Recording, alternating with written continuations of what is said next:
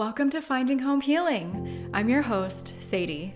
I believe you were born with a light that guides you to your higher self and most passionate life. But for many of us, it's been extinguished or lost. My mission is to help you find your way back home to that light so that you can love deeper, live in your power, and truly thrive. For those lost or lonely souls, welcome home.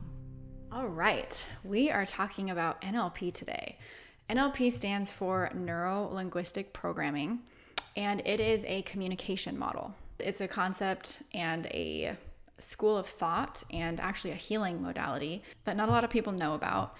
I ended up finding it through a very ironic source. It was just tons of people that were in my circle and in my network at the time of my life that were like, you got to do NLP, you got to do NLP. And I didn't know enough about it at the time to realize like how important it was. So I kept putting it off learning about it. And once I finally did, I was so excited about it. There are a lot of concepts under the overarching umbrella of NLP, but the reason why I want to talk about it is because it is so profoundly helpful in understanding how our brain works, how to communicate with ourselves and with others, how to change our belief system, how to let go of negative emotions, how to understand our own psychology, why we do what we do, our own motivation, our understanding our behavior as humans.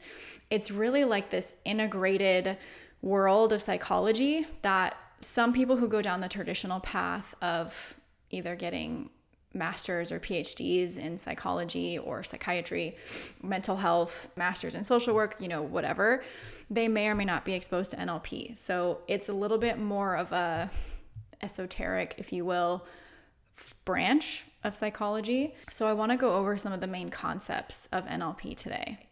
NLP stands for Neuro-Linguistic Programming, and it is a communication model. It is a way for us to be able to learn about ourselves, how we communicate with the world, how we filter things. It's how we learn, how we behave, and how we change, and how most of it has to do with our unconscious mind and our conscious mind. And in some schools of thought, our higher self. So I would like to go over some of the main concepts and topics about NLP today because I work with clients and these are concepts that I teach them over the course of my time working with them, not only because it is so helpful for them in communicating with people that they're in relationship with, it's also helpful for them understanding how their brain works and how they create reality based off of their perception, and how to change certain perceptions, which is really helpful when you're experiencing a lot of negative emotion and having a lot of limiting beliefs. NLP is really the way to change how you think about the world and how you view the world, how you legitimately see and feel and hear and interpret the world. So it's a really, really powerful school of thought and knowledge to have. I'd really like for you guys to have it. So like I said, it stands for Neuro-Linguistic Programming. When you break that down, neuro, obviously referring to the brain, linguistic, referring to language, and programming, referring to behavior and how you exist, how you are programmed. If you think about yourself like a computer, you are programmed to do certain things. Your programming happens in your childhood, literally from even when you're in the womb with your mother to age 7 to 18 to on and on and on. It just goes on forever. Your programming continues to get updated, but your base foundational programming really comes from childhood and from those first couple of years. So, like I said, NLP is a way to help shift, change, morph that programming in a way that is really, really helpful and supportive for you on your path to help your goals become achieved, to be successful, to really accomplish anything and everything that you need and want to in life. So some of the main concepts that I want to talk about today are the unconscious mind. I've already been referring to that. Internal representations, negative emotions and limiting beliefs. I already kind of touched on that as well, but we'll go a little bit deeper into it today. MER and timeline therapy, and then the 4 requisites for change, and some of the principles of NLP. There'll be 4 of them. So 4 principles of NLP. I want to go through each of those topics today as we discuss this amazing healing modality. It's really what it is. So just to give you a brief history, NLP was started, I want to say, in the 70s and 80s. So it's a newer branch of psychology. Some people listening, they might not think that it's real, or they might not have been exposed to it. People that have a traditional education, like a master's of family therapy or a PhD in psychology, psychiatry, so on and so forth, they may or may not have heard of NLP, and that's totally okay. If any of you disagree with it or you don't like it, that's also totally okay. I'm not here to convince you that it's amazing. I'm just here to share the information with you. So, not trying to offend or hurt anybody. I'm just saying that like this has been really powerful for me, and it may or may not be really powerful for you to learn about it and understand it. I also want to caveat that I have been trained in NLP for many years. I started my journey about 5 years ago, really getting into the deep teachings of NLP. And there's a lot that goes along with it because my particular teachers of NLP have other branches into like mental emotional healing, which NLP has its hand in, and also into energy work and spiritual healing, a practice called Huna, which is from ancient Hawaiian lineage. And I can talk about that a little bit as well if any of you feel called to that. But I do really want to focus on NLP. Another thing that actually I want to include in here before we dive into some of these other topics is that NLP is so powerful that you will have probably experienced it if you've ever been to a Tony Robbins event or training, or if you've done, honestly, really a lot of different types of personal development training, things like Landmark or ALA, Ascension Leadership Academy. There's another one that's in California, but I can't remember the actual name of it at the moment. It's similar to Landmark. But all of those doctrines, those personal development programs, they use a lot of the basis of what NLP is, because it's such a powerful way to help us change our minds, our beliefs, our deep-seated unconscious beliefs, our negative emotions, our energy, all of that. So these are not just things that, a small group of people use. These are really big concepts and big tools that, like I said, people like Tony Robbins are using day in and day out. My teacher actually he has worked with Tony Robbins. When he was a kid, his dad, my teacher's dad, was integral with Tony Robbins, and they had a whole thing because they're very similar in their teachings. So they were very much in the same industry. And my teacher branched out to go a different direction, wanting to do smaller groups, that type of thing. So it's a big deal. It's a widely known thing. If you haven't heard of it though, I'm excited that you're hearing it today. All right, so let's jump into unconscious mind. The unconscious mind has a lot of different roles that it plays for you. It does a lot of tasks. It's very valuable and very helpful for us. It is the part of you that you don't really know is there. So an analogy, think about your brain like a computer, or your whole being like a computer. And your unconscious mind is like the programming in the computer. It's the hardware and the software, if you will, inside that's built into the computer that probably you are not knowing how it works. You're not interacting with it on a day-to-day, like inside of it. You're getting the benefits of it. You're having impact by it just because you're working with the computer's interface and the keyboard and the mouse pad and those types of things. But the unconscious mind is analogous to that software and hardware that's built into the computer that allows your computer to run. If your computer gets too bogged down with spam files, or it's overloaded with storage, or there's an infinite amount of ways that your computer can like break down, your unconscious mind works in somewhat a similar way. If you are having a harder time in life with being really unaware of certain things, or just not feeling super awake, and when I say awake, I mean like privy to what's going on around you, or to energy, or to things happening around you, it might be due to the fact that your unconscious mind is like bogged down and the processing power of it is maybe slower, similar to a computer. I digress though. I want to go through some of the purposes that your unconscious mind has. So, one, it stores memory.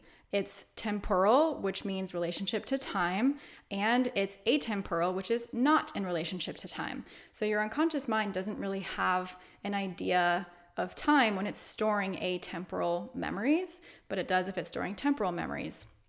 It also makes associations and learns very quickly. Another thing it does is it organizes all of your memories. So think of if you've ever heard of like your timeline, where your past extends in a certain direction from you and your future in the opposite direction. Or when you just think about, what it was like when you were 7, for instance. It's like, where is that memory at? It's stored in your unconscious mind. It also presents repressed memories for resolution. So think of an emotional feeling like a repressed memory. Sometimes that feeling will come up or you'll get triggered because your unconscious mind is trying to tell you, hey, we have this repressed thing. We need it to come out and be released, like as if it were a trapped air bubble underneath the water. The unconscious mind may also keep repressed emotions for protection, depending on how closely acquainted you are to your feelings and how you respond to things in the world. You may or may not use negative emotions to protect you, and your unconscious mind will repress emotions for that protection.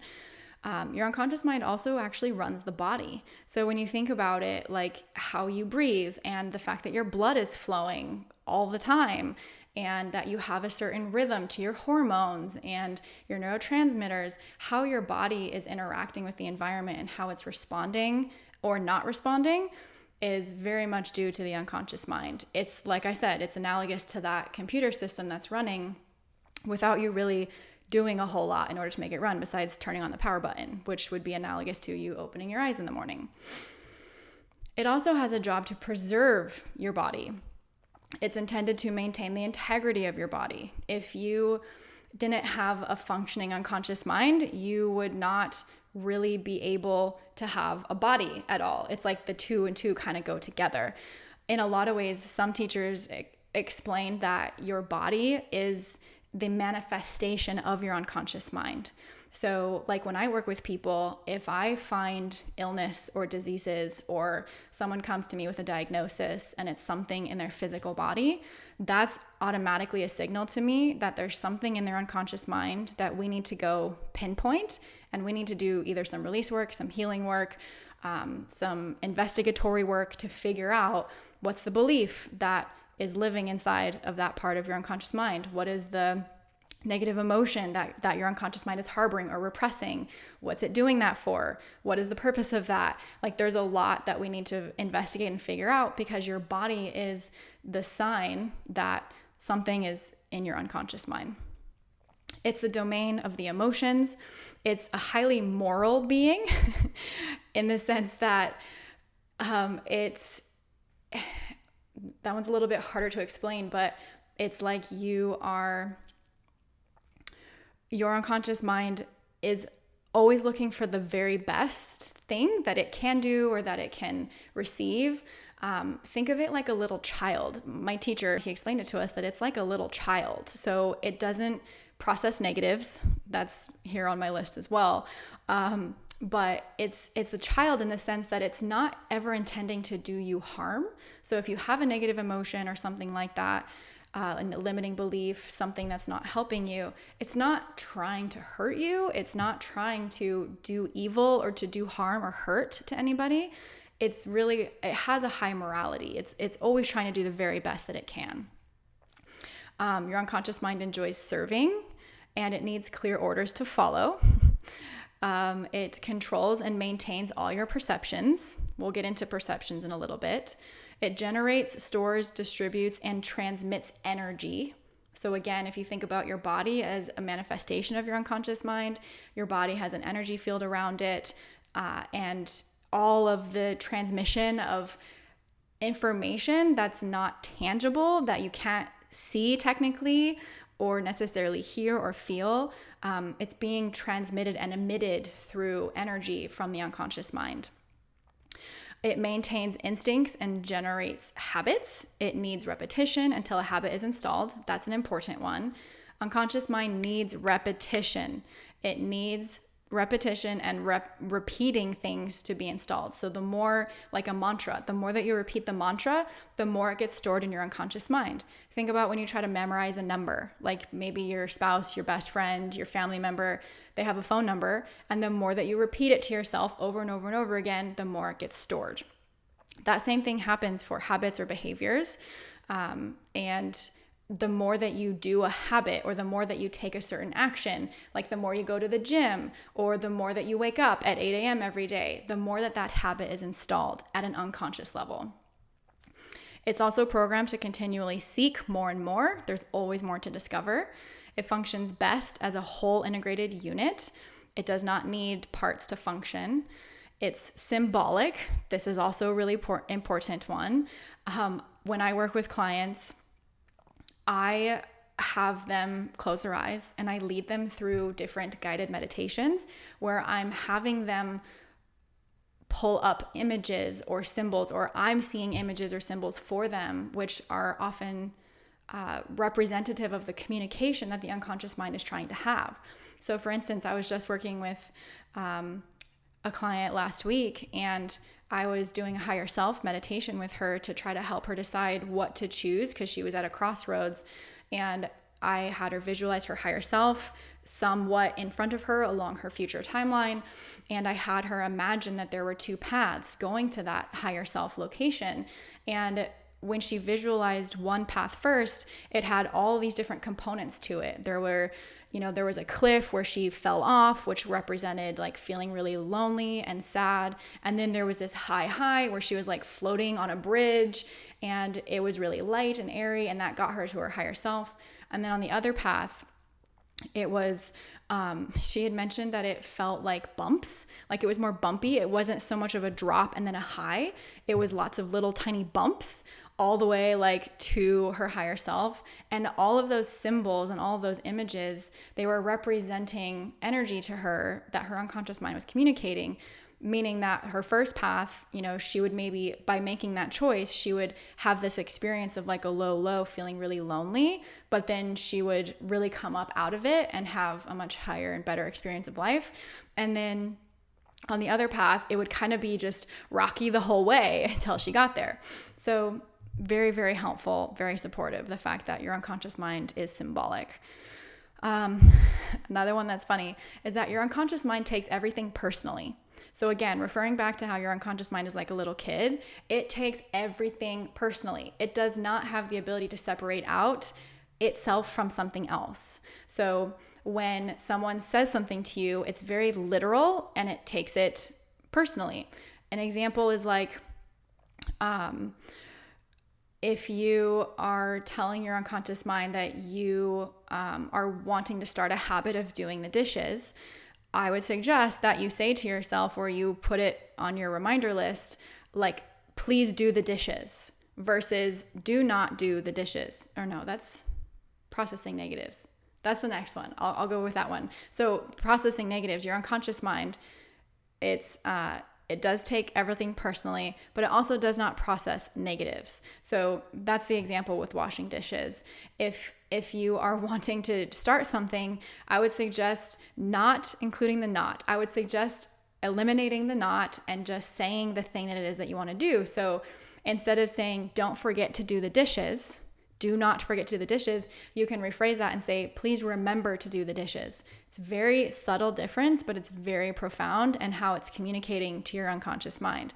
It's also important to do that with other people, like if you're raising kids or if you're working in a job.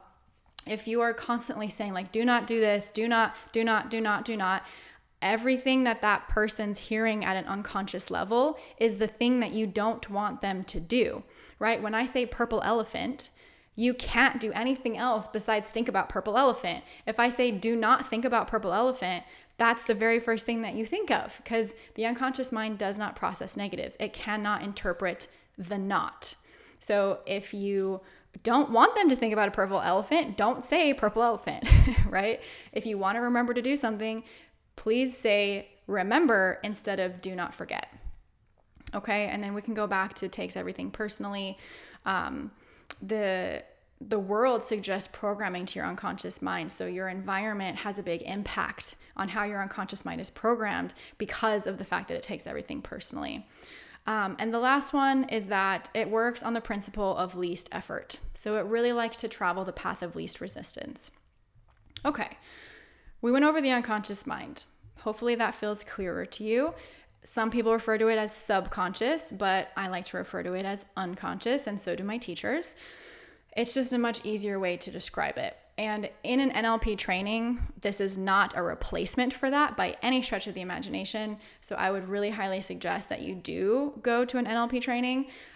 This is literally just scratching the surface for our purposes today to help introduce you to NLP. In a training, you would learn a whole lot more about the unconscious mind. If you do it specifically with the teacher that I've had, it's amazing. They are so great. They're great teachers. I can't say enough amazing things about them. And they really help you understand these concepts and things with a lot of analogies, a lot of pictures, a lot of storytelling, much more in depth and more than I can do here today. Okay, let's move into internal representations. So internal representations are a way for you to store memories and sensory input. And what I mean by sensory input is things that you see, things that you hear, things that you feel, things you taste, things that you smell, and things that you just know. So there's all of these different senses, right? We have sight, sound, touch, taste, smell, and then what we call in NLP auditory digital, which can be translated more easily to just like a knowingness, like that sixth sense, if you will. Your internal representations are how you translate the sensory input into your brain and store it as memory. Okay, so I'll give you an example. If I am going on a hike and I take a moment to take an internal representation of that hike, what I'm going to do is I'm going to become really aware of what I'm looking at, what I'm hearing, what I'm feeling. And that's going to help me make a memory in my head. Then, weeks later when I'm done off the hike, then I can go back to that memory by thinking about what did I see, what did I feel, what did I hear, what was I telling myself, and that gets stored in that memory. Think of it like, if you know, like the archaic way of old school organization with a file cabinet and physical folders, your brain kind of works like that. Or if you think about it on a computer, right? And on a Mac, there's Finder, and it's a way to store files. Your internal representations are like millions and millions of files that are stored either in your conscious mind or in your unconscious mind, right? So with internal representations, there's a concept that I am going to go into to help you understand that called perception is interpretation. I'm going to get to that in a second, but I just want to make sure that we're really clear here on internal representations, that they're essentially like a picture or an encapsulation.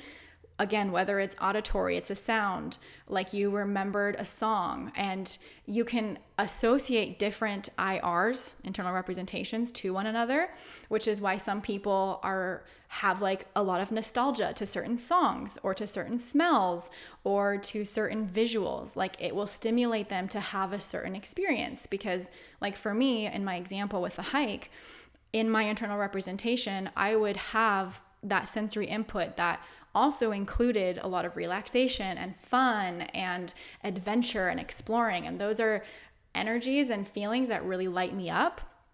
So when I go and access that internal representation, then I almost have like a re-experiencing of all those sensations that were stored together with it. So again, it's an encapsulation of sensory input via different senses.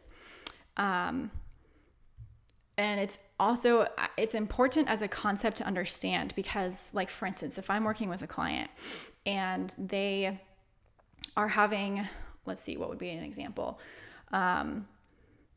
Okay, so I was working with a client last week, and he, bless his heart, has such a hard time in this relationship with this person, and his internal representation of her is a certain way. I'm not going to go into details, but it's a certain way that makes him feel very frustrated and very annoyed when she's around.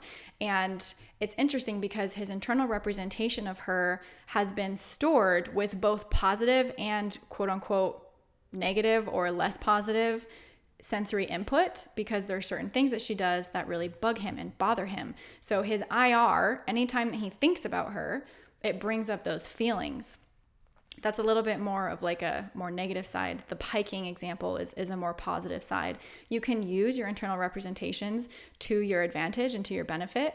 This is something that people like, again, Tony Robbins teach a lot, that if you can pull up your internal representation, then you are in massive control of your behavior, your actions, your outcomes, what you're doing every day. It's like what Olympians do before they are about to perform, right? They run through their internal representation of what it's like to win or to succeed or to have their PR, their personal record beat or whatever. They hold that internal representation in their head and they play it over and over and over again. So it's a valuable way to know how sensory input is being used in your brain, your conscious and unconscious mind. Okay, I'm going to come back to this idea because I'm going to get into perception as interpretation, but I want to first just kind of sweep over negative emotions and limiting beliefs. NLP is, like I mentioned, it's a model of communication to really help us understand our brains, how it works, how to discover and utilize our conscious and unconscious energy or programs that are running. And the aspects of human beings are such that we have multiple layers, right? We have an energy or a spiritual layer. We have a mental layer.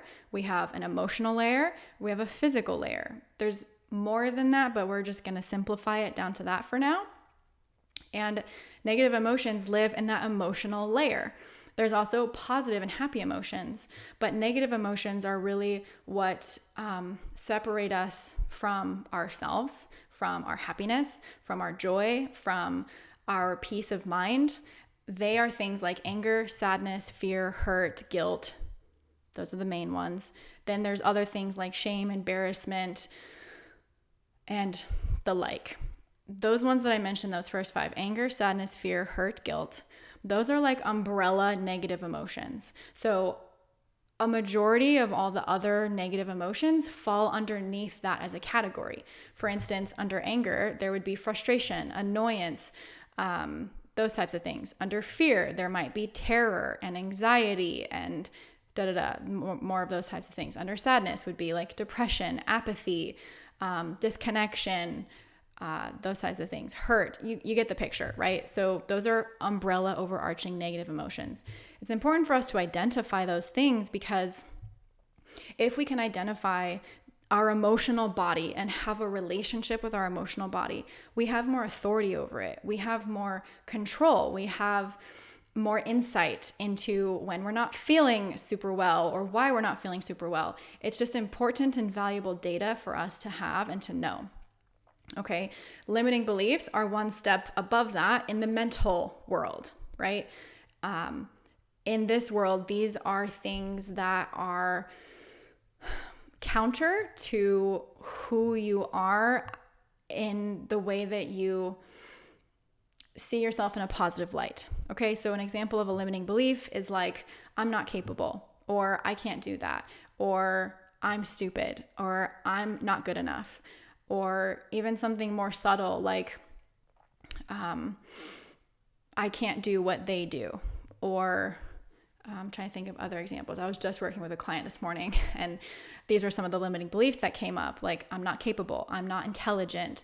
I compare myself to others, and I'm always lesser than. Those types of things. It's important for us to identify our limiting beliefs because they are really the ways that inhibit us from doing what we want to do, having what we want to have, and being who we want to be. They're like roadblocks in the way of our path that don't let us go out into the world.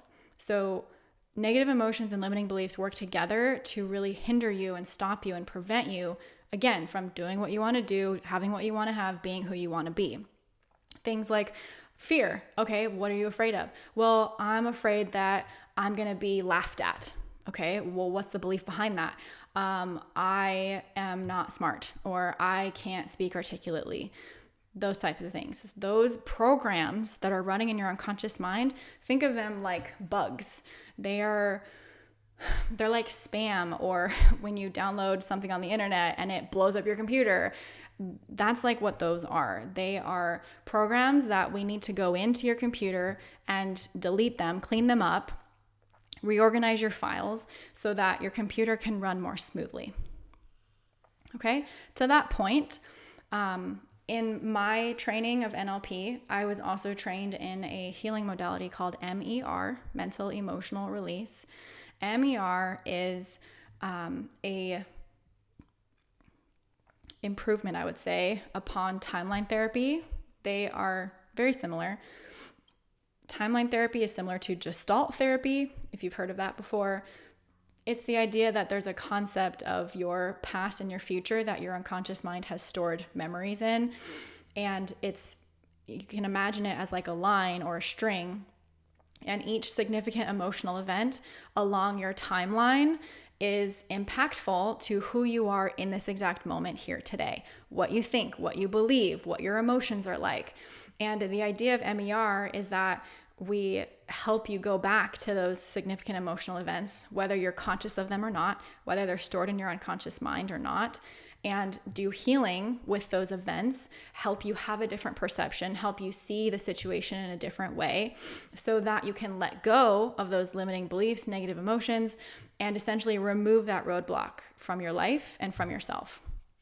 So when I do MER with somebody, I'm having them close their eyes. I'm putting them into a relaxed state, a very mild hypnotic state, and having them float up above their timeline, either into the past, into the future. And I've worked with clients before where we went back to events that they didn't even remember consciously. They trusted their unconscious mind, their inner knowing. They floated back to certain events that were when they were 2, 3, 7, 8, 12, 15, that they didn't even remember experiencing, but that were so significant to whatever problem it was that we were working on releasing. And it was profound. They had a realization that, oh my God, this moment in time along my path or along my timeline impacted me so much. And so we go back to those events, we do healing work with them. And essentially what happens is, if you were to imagine your timeline and your significant emotional events like balloons, it's like we poke that balloon and then the negative emotion just disappears. It's kind of magical, but also really cool that it's gone. It goes away. Again, it's analogous to that idea of like there's trapped air underwater, and it's like we're letting that trapped air go, and that air gets to float up to the surface and be released. So it's a really powerful way to help us move through negative emotions and limiting beliefs. There are so many other different healing modalities that I also love, that I also value, that I also use in practice. This is just one that is correlated with NLP, which is why I'm bringing it up today. Okay. There's so much more that I could talk about all of those things, but I would like to shift into the 4 concepts of NLP and how to use them for you in your life. They are: perception is interpretation, the mind-body connection, cause and effect, and responsibility for change. Let's start with perception is interpretation. First off, we need to chew the concept of perception. Okay, in NLP, we're taught that perception is how our brain filters information. If you think about everything in the world that is floating around you, all the smells, all the sounds, all the sights, everything that is information around you, your brain has to filter all that information and sort out what's important and what's not important, because you can't take in all of the information around you. You would need to be a supercomputer in order to do that. Your brain doesn't have the capacity for that. So what happens is your brain actually filters all of the sensory input that you get from your environment, and it filters it through these different modalities. What it's doing is it's deleting information, it's distorting information, and it's generalizing information. those things create your perception. So I'll give you an example. When you are sitting at a table and you have somebody, a third party, that drew a 6, to one person sitting across from that table, it looks like a 6, but to you, it looks like a 9. That's the definition of perception, right? You are distorting the information because what you're seeing is actually a 9 and the other person is seeing a 6. In a lot of ways, some people, they'll delete the fact that the person is seeing a 6 and won't realize that that person is seeing a 6. They'll think that they're seeing a 9 because you're seeing a 9 or that person's seeing a 9 and vice versa. So with everything that comes into your world, think of it like this. There are 2 million bits of information that pass us in every single second of our existence. That's a lot of information.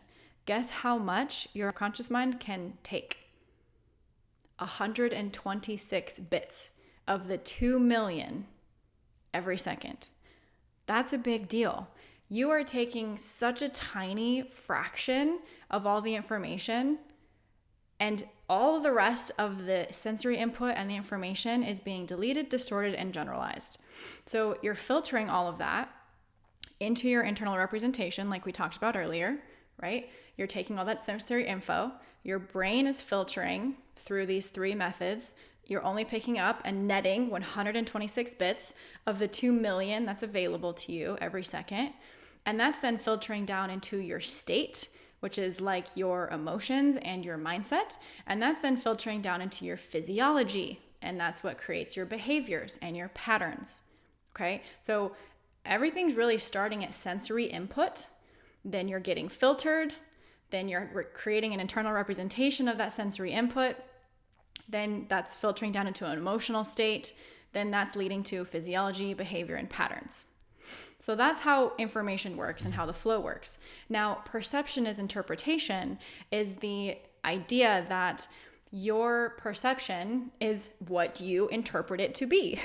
That reality, in a sense, is only experienced by that who is perceiving it. A lot of people have that argument, like if a tree falls in the forest and no one's there to hear it, does it make a sound? I don't know. What would you say to that? Technically speaking, in accordance with NLP, if a tree falls and no one's there to hear it, then by definition, it's not making a sound, because a sound is something that somebody is receiving. And there's a lot of arguments to that. I don't mean to say that I have the answer to that, but I would say that in NLP words, that it wouldn't technically be a sound because there's no receiver. What that means is everything that's experienced around you is only in existence because you're perceiving it, right? If you're not there to perceive it, then it's not technically there. That gets a little bit complicated and confusing for a philosophy discussion later on in another podcast, which I love doing, but it's not appropriate here. So I'm going to make sure that I don't go down that rabbit hole, even though I really, really want to. The deletion, the distortion, and the generalization really comes from labeling and meaning making. Okay, so when you have the 2 million bits of information, you are sorting out the 126 bits based off of deletion, distortion, generalization. I'd go through all of those individually, but we don't have time here. So just think about deletion as what it is. You're deleting information. Like if, there's 4 houses down the street, you're not always picking up on the fact that there's 4 houses down the street. Sometimes you're deleting that information. If someone asks you, how many houses are down the street from you? If you didn't specifically count and have that memorized, then you wouldn't probably be able to know how many houses were down the street from you. That's deleting information. Distorting information is like when you maybe remember something wrong or you're seeing something that's different than maybe what's actually there. Like if you are, think of it this way, when you're looking at the horizon and you're seeing the sun dip below the horizon, it looks as though it's falling into the water, right? But it's not. It's not falling into the water. It's actually millions upon millions of light years away from the water. But your perception is distorting the fact that the sun looks like it's dumping into the water. And then generalization, that's very self-explanatory, but generalization is very much just that you are taking information and generalizing it across multiple applications. So as an example, if I were to think that my neighbor across the street is super friendly and really nice, in my perception, I might generalize that all the neighbors that are on her side of the street are really nice, or all the neighbors in this neighborhood are really nice because I had an interaction with her and she was super friendly. Then I might generalize that, oh, well, this neighborhood is just a generally good neighborhood. This happens a lot in politics. They'll see a Republican or a Democrat and they'll just generalize all the information about that candidate because they fit into that party. That must mean that they have all these certain beliefs and they stand for all these similar things. That's a generalization. That's happening in very big and small ways every single second of your existence in your reality. Okay, so when you are interpreting your own perception, there's a lot of complicated stuff that gets involved there. If you're in a relationship with somebody and you're perceiving them behaving a certain way or acting a certain way, and they have no idea that they're even acting that way, your perceptions are different and you're interpreting what you're perceiving differently. It has a tendency to lead to a lot of conflict, to a lot of disagreements, to a lot of miscommunications. So when I work with a client, I'm always making sure that we're getting their buy-in to the fact that their perception is only theirs. They're only seeing the 6 on the table. They're not seeing the 9. And they have to learn how to be able to understand that someone else could be looking at the exact same thing and seeing something totally different because they're picking up a different 126 bits than the other person is. That's a very important concept. Also, to my point earlier where I said the sensory input is coming in and it's being labeled and there's meaning making, that's a really big concept and topic that I want to actually have a whole podcast dedicated to. So I'm going to cliffhanger you on that one. But how we label things and how we make meaning out of things is a really big deal in how we experience our own reality. Okay, the next one is cause and effect. This one's a little tricky to explain just because a lot of people don't like it, to be honest. It's harder to swallow. It has to do with personal responsibility and being at cause for things that happen in life. Now, being at cause, what that means is that you recognize that you have power with your perception, with your choices, with your free will to make your life and make what you do with your life up to you. So a lot of people believe that there's no choice in the matter, or that they're unempowered, or that they are just at effect from all of the circumstances around them, and they live as though their environment and their circumstances control them or rule them. They haven't stepped into being what we call at cause, meaning that they're not taking responsibility for the fact that their life is the way that it is, and that it's most of what's in their life, both good, bad, and neutral, are really their doing most of the time, right? This gets a little bit tricky when people ask me like, well, I didn't ask for my kid to have cancer and to die suddenly in 3 months' time. What do you say about that?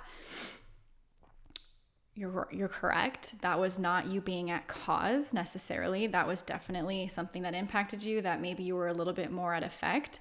You didn't have control or power over the fact that your child developed an illness and then quickly passed. What you're at cause about is what you do with that experience, how you respond to that experience. Yes, there is a very real impact that is very felt and very noticeable. And what are you deciding to do with that experience? Are you going to, sit in sadness and depression for the rest of your life and completely neglect all your other relationships, neglect your other children, your spouse, stop working at your job, like get totally disconnected from your passion and basically live the rest of your life out fully depressed? Is that what you like to do?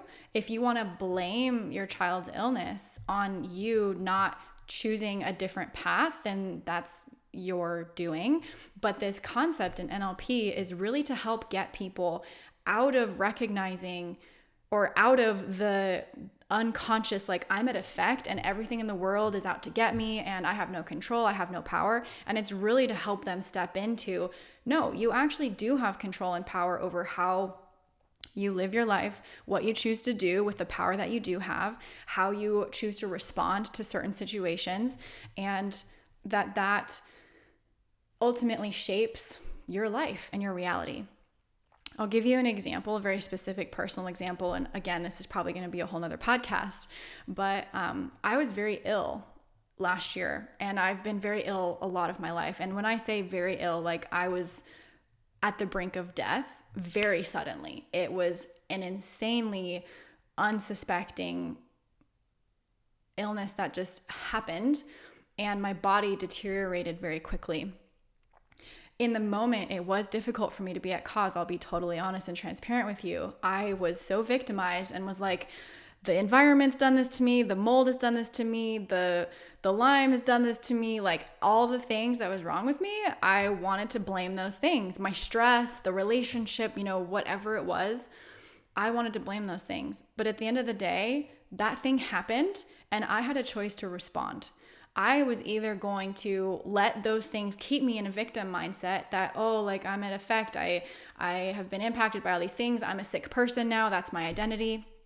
Or because I've been trained, I can step into being at cause and say, you know what? Okay, this thing has happened. That's really crappy. There are a lot of things that have led up to this point that I can take responsibility for. I was overly stressed. I was not listening to my intuition. I put myself into dangerous situations and environments that I didn't fully have the wherewithal to check if there were toxins, environmental toxins, and biotoxins that, were potentially hazardous and dangerous to me. And now I am dealing with this illness. And I also have a choice that I can take this as a opportunity to learn and be more empowered and like work really hard to get myself back to a state of health and healing. Or I can just sit here and feel sorry for myself and just live my life thinking that I'm a sick person. And I mean, obviously, I'm sure that you can guess which one I chose. I chose that I am not a sick person. I am actually a healed, healthy, and whole person. And by me being at cause in that situation, I was able to overcome this illness that most people spend their entire lives fighting and dealing with the repercussions of. It's extremely painful. The illness that I had was horrible. It is so life-sucking. Like, it just makes you not want to even live or breathe. It's like so much pain and suffering to the point where you just have this tiny ounce of life left in you, and that's what you have to sustain on every single day. It's horrible. I wouldn't wish it upon anybody. But when you shift into being at cause, then that changes the trajectory of everything. Okay? So I'll leave it there. Cause is greater than effect. Being at cause is being responsible for the fact that you have more control and more power over your circumstances, that your circumstances do not have power and control over you. Okay? The third one is the mind-body connection. This is pretty self-explanatory. The mind and body are connected, period. Like, you can, argue with that all that you want, but that's a fact. Okay? Your mind is a part of your processing, your unconscious mind, your conscious mind. All of that has to do with how your body functions and works. Your brain, literally your brain, is what's connected to your breathing system and your flow of blood in your body and your nervous system. Something that's important that I did want to bring up is that in the part of your mind-body connection, right? Like, fight or flight is a primary response. And that's not necessarily something that you have full control over. That's just like a program of our survival brain, our reptilian brain, if you want to call it that. Something like anger and fear is like a secondary response. That is something that you can train out of you. But when you have anger, when you have fear, you'll notice physiologically that your body changes. When you have anxiety, you can't sleep, your palms are sweaty, your heart's racing, your blood pumps faster, your heart or your breath rate goes up. So our mind is impacting our body, and our body is impacting our mind. There's tons of studies, tons of books. I'm not going to enumerate them off the top of my head, but I might put them in the comments or where I can put information for you. But there's tons of studies. The Biology of Belief by Bruce Lipton was amazing work. He has been able to prove scientifically that our minds are connected to our bodies. And we're now in an age where most people kind of accept that and realize that. But if you haven't yet, let's get on board with it, because once you realize that your brain and your mind and your body are all interconnected, then you become way more powerful. Like I was mentioning earlier, there's this trickle-down effect that energy starts at like the top level, that's like the spirit level, and it filters down into the mental world, into the mental level. That then filters down into the emotional level, and that then filters down into the physical level. So they're all interrelated, they're all interconnected, they're all separate, but they're all one and the same. I kind of think of it like a skewer. Like there's different pieces of food on the skewer, but they're all still one skewer. I don't know if that's the best analogy, but we're rolling with it. So the fourth one is responsibility for change. So you have in your power a responsibility to evolve. It's going to happen naturally, whether you like it or not. Our beingness is made such that we evolve. That's just how we're programmed. That's the type of creatures that we are. So if you want to change in a certain way, then you have to recognize that you have power over that. Otherwise, you're going to change in ways that you might not like, or that might not suit you, or that might not be in full alignment with your highest good.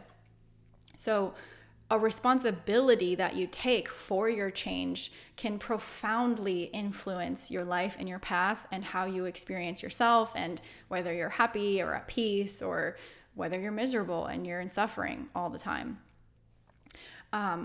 Underneath this category of responsibility for change, there is 4 requisites for change.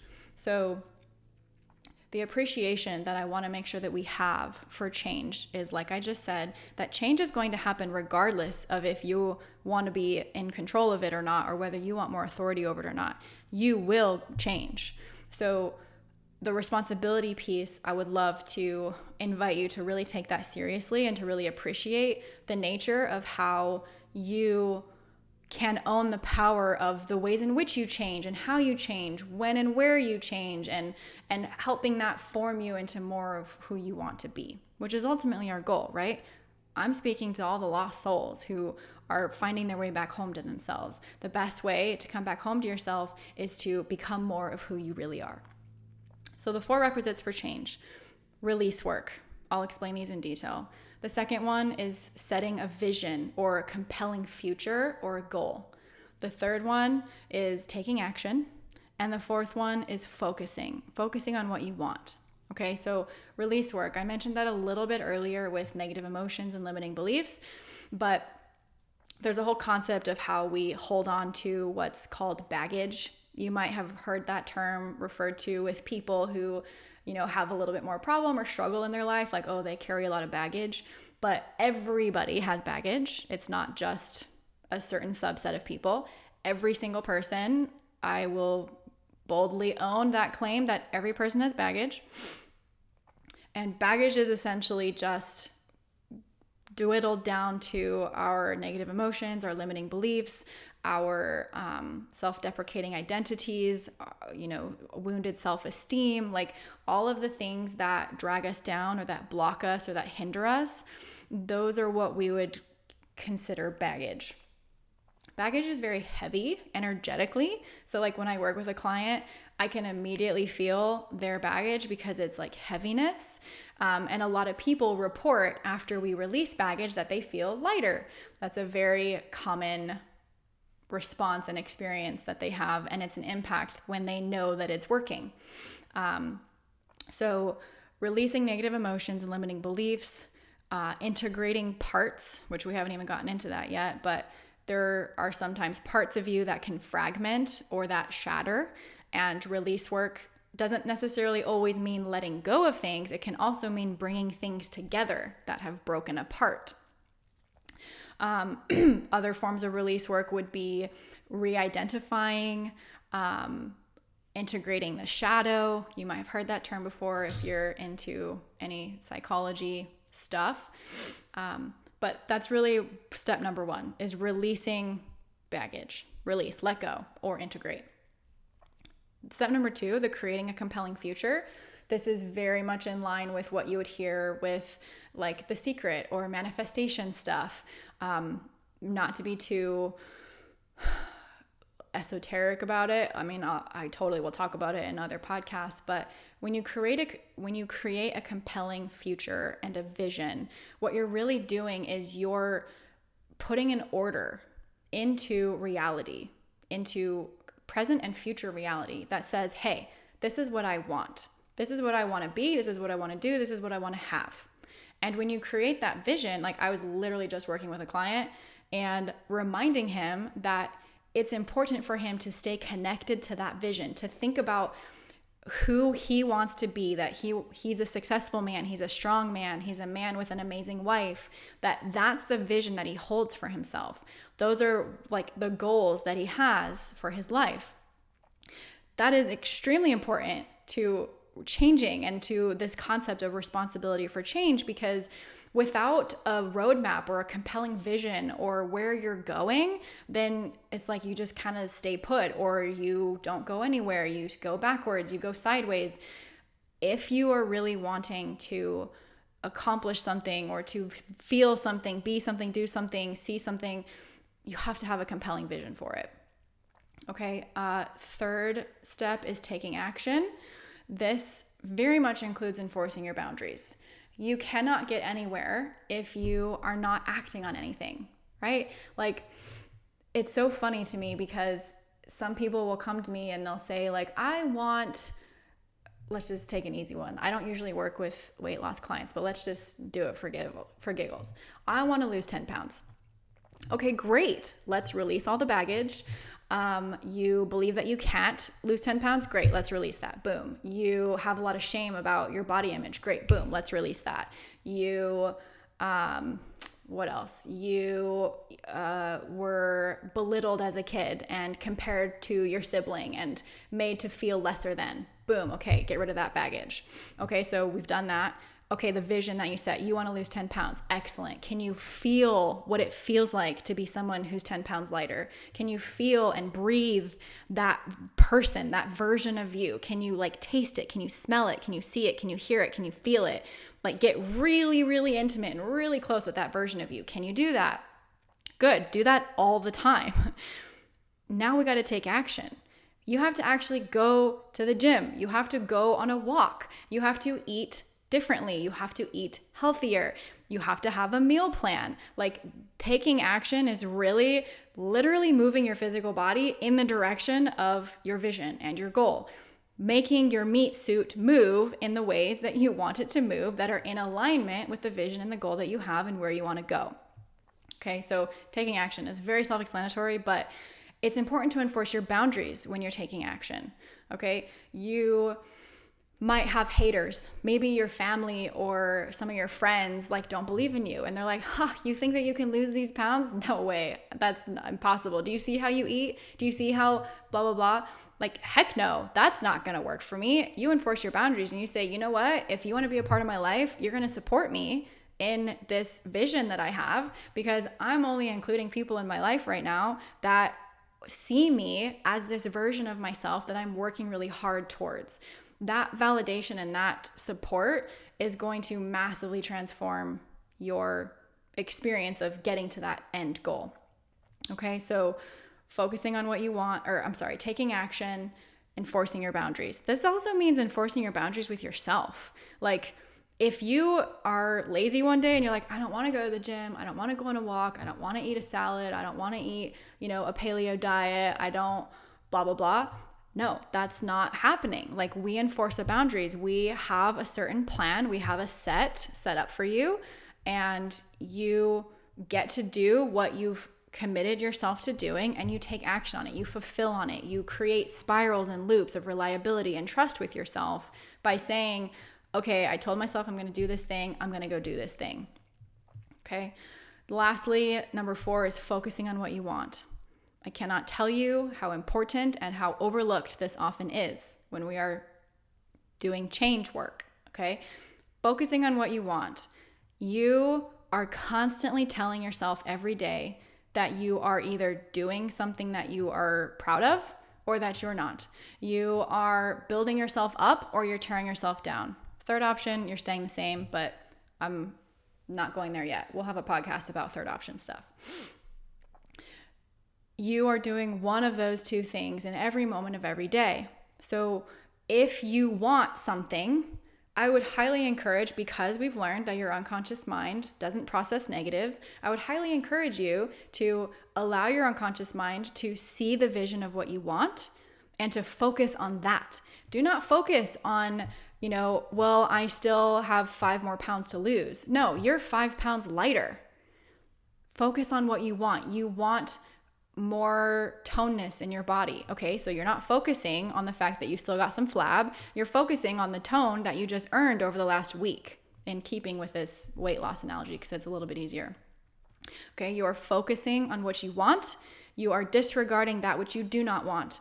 The more you focus on something, the more that comes to fruition, the more that comes to you, into your space. If you constantly focus on, let's make another example. The weight loss one is so easy and tangible.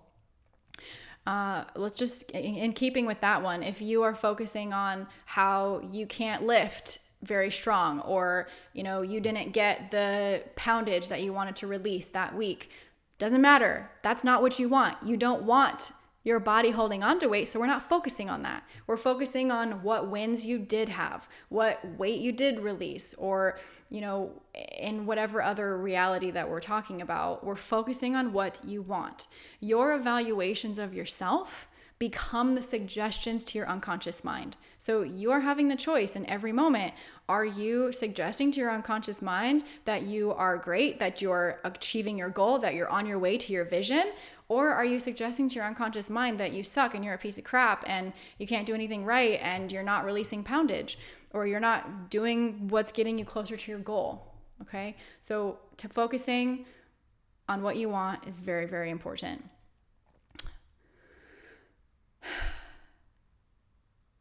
That was great. I love talking about this stuff. Can you tell I'm like super lit up and I'm so excited? I'm like, what else is there that I can talk about? I did have a note on here that anytime that you're not getting results, figure out which area is not being addressed. Once the baggage is gone, it's gone, and you can get new baggage. But if there's not results that you're wanting to see, and whatever it is that you're doing, whether it's mental health, whether it's emotional health, spiritual health, energy, physical health, whatever, there's some area that's not being addressed. So just go address it, work through it, analyze it, get deep with it. All right, so as a recap, in this podcast about neuro-linguistic programming, otherwise known as NLP, we have covered what NLP is, a brief history. It was started in about 1970s by John Grinder and Richard Bandler and has evolved over time. We reviewed the unconscious mind and the purposes of it.